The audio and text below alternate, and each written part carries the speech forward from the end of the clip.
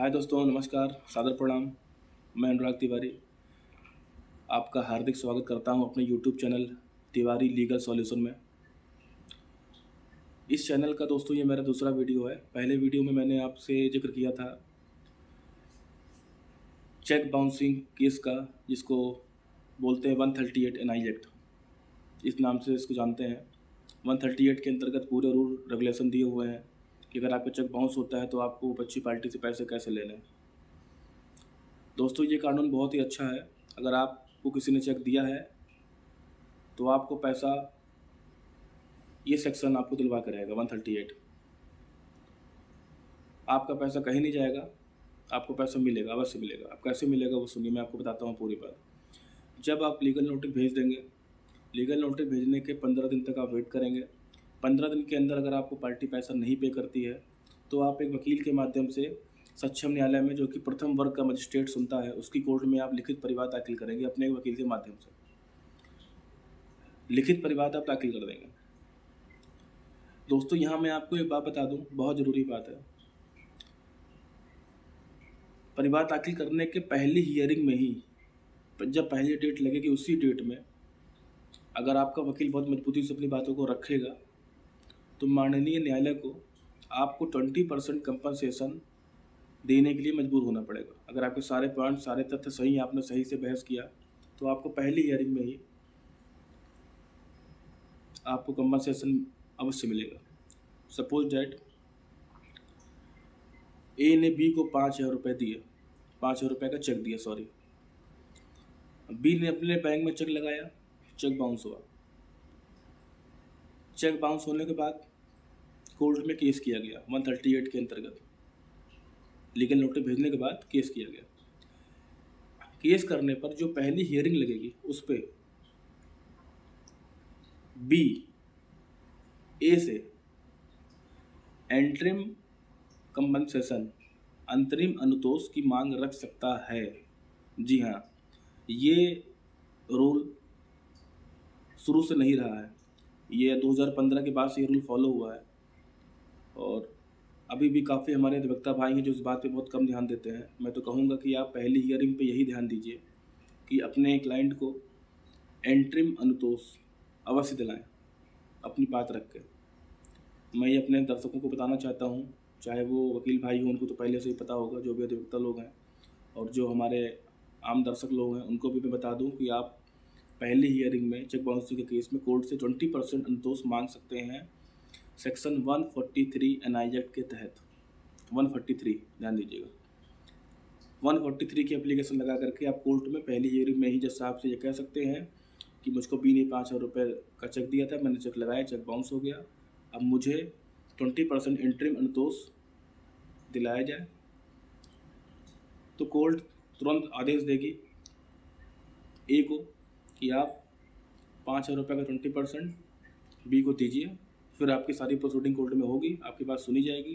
अगर आप केस जीतते हैं तो आपका पैसा आपको वापस मिल जाएगा, अगर आप हारते हैं तो आप बकाया पैसा इनको देंगे, और जो भी न्यायिक शुल्क हैं, जो भी लीगल नोटिस का खर्चा है, जो भी एक्सपेंसेस हैं, जो भी कोर्ट कहेगी वो आपको देनी होगी। ये 143 एनआई एक्ट के तहत लागू हो चुका है, अमेंडमेंट है नया एनआई एक्ट का। तो एनआई एक्ट 138 चेक बाउंसिंग के बाद होने वाले प्रोसीडिंग्स का जिक्र करता है, लेकिन आपकी जानकारी के लिए आपको मैं फिर से बता दूं कि 143 एनआई एक्ट के तहत चेक बाउंसिंग का केस दाखिल करने के बाद आप कोर्ट से एंट्रिम अनुतोष मांग सकते हैं। 20% आपको मिलेगा, उसके बाद आपकी बात सुनी जाएगी।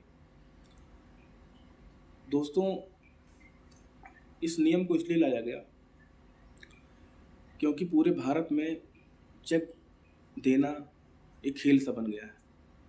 आदमी किसी से पैसा उधार लेता है, पैसा मांगता है, बाद में उसको चेक पकड़ा देता है और चेक बाउंस हो जाता है, और चेक के मुकदमे कोर्ट में कम से कम 6 महीना, 2 साल, 3 साल चल सकता है। तो तुरंत पैसा नहीं मिलता कोर्ट से। इसलिए कोर्ट ने लोगों के मन में यह डर लाने के लिए, सॉरी कोर्ट ने नहीं, सरकार ने लोगों के मन में यह डर लाने के लिए, चेक देना कितना बड़ा कदम है। अपराध नहीं कहेंगे, चेक देना अपराध नहीं है। अपराध तो तब है जब आपको चेक किसी के खाते में अनादरित हो जाता है, अपराध है। चेक देना कितना बड़ा रिस्क हो सकता है, चेक सोच समझ के दे, इसलिए सरकार ने ये नया नियम बनाया है कि चेक बाउंसिंग के केस कम हो। इसके पहले क्या था कि 138 में आप लीगल नोटिस भेजिए, मुकदमा दाखिल कीजिए, मुकदमा लड़िए, ट्रायल लड़िए। हालांकि पैसा उसमें भी मिलता था, मैं उसकी बुराई नहीं कर रहा हूँ, वो भी ठीक है, पैसा आपको उसमें मिलता था। लेकिन 143 में क्या हो गया है कि आपका मुकदमा डिसाइड होने के पहले ही आपको अंतरिम अनुतोष कोर्ट से मिल सकता है।